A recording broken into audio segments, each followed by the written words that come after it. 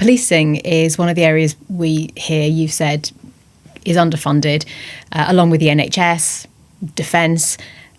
Questions have been asked about the amount of money spent on welfare. More money is spent on welfare than comes in through income tax. So how can that be tackled? Yeah, so I think firstly on the fact that we all want money for something that we love, we need to accept there is not enough money for everybody to have everything that they want.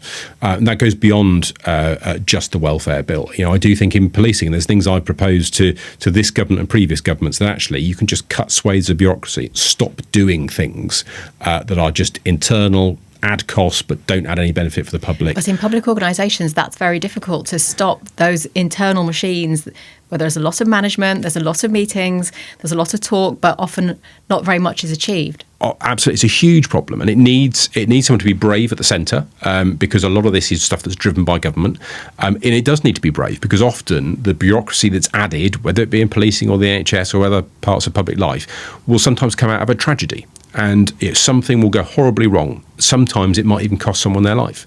And we shouldn't be, I'm not being glib about this. There are times when things have gone catastrophically wrong. But our response as a country is often to add a layer of bureaucracy, of more checks, which grow organically until 15 years later, nobody remembers the original reason why these rules were put into place. And all they've done is add cost to a system which often works less efficiently and protects people worse than it would have done otherwise. So we need to be brave in sometimes saying we got something wrong. We need to focus on the things that must be changed, and some of the other stuff we can't afford to do because actually it will make those services less efficient for the future.